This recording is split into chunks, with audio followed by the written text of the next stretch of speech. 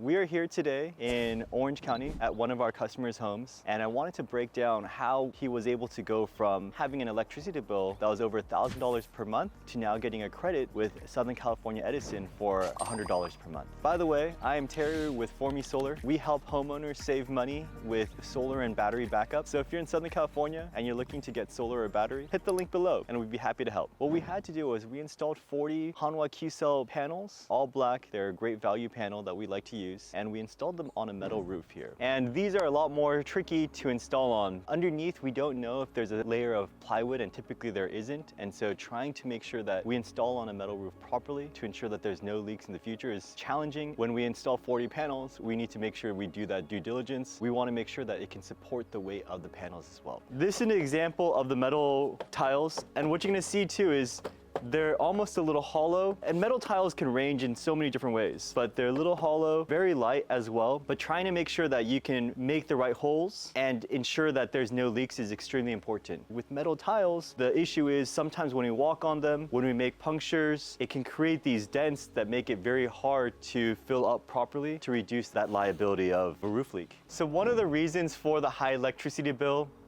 is EV charging. A homeowner has 2 electric vehicles that need to be charged, and so that quickly adds to your electricity bill, especially when combined with air conditioning as well. We also installed a Tesla charger for them to be able to charge both of their EVs. So one quick note about charging your EV, we would recommend to charge your electric vehicle while the sun is out. That is one of the best ways in order to reduce demand charges versus trying to charge it at night. One thing that we found is that even though the cost of electricity is going to be cheap for homeowners with solar, that demand charge for charging at night will be a lot higher. Utilizing solar at the right time with charging is extremely important, and so that's why we recommend to charge during the daytime when your solar is working. One of the things the homeowner noticed after going solar was that even though his electricity costs have gone down dramatically, his electricity bill was still showing about $200–300 per month on average. And the reason for that was the demand charges. It's almost like a food delivery service giving you the food for free, but charging you $100 just to deliver that food. That was exactly what was happening. So to combat that, what we ended up doing was we added 2 power walls in conjunction with their end-phase micro-inverter setup. They were able to get the best of both worlds, which allows them to monitor every single panel individually, and if one were to go down, it would still ensure that the rest of the array would continue to work, as well as having a reliable backup system with the Powerwall 2s that are using lithium iron phosphate for their battery chemistry.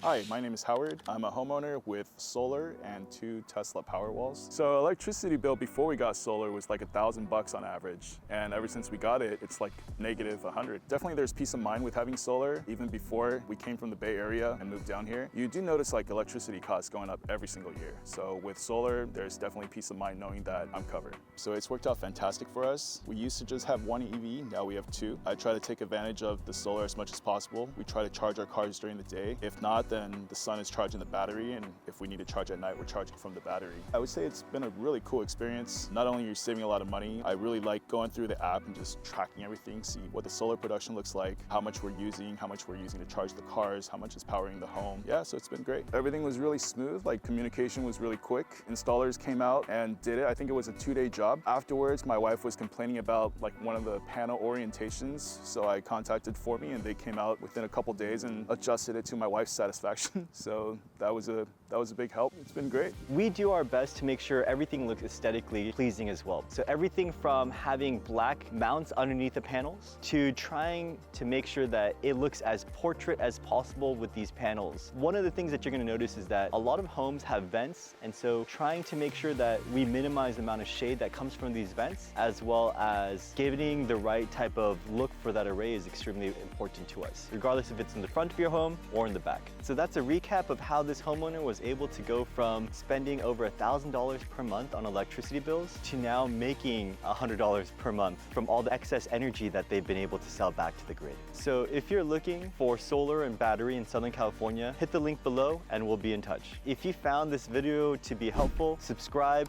hit the like button, or leave a comment below. We'd be happy to answer.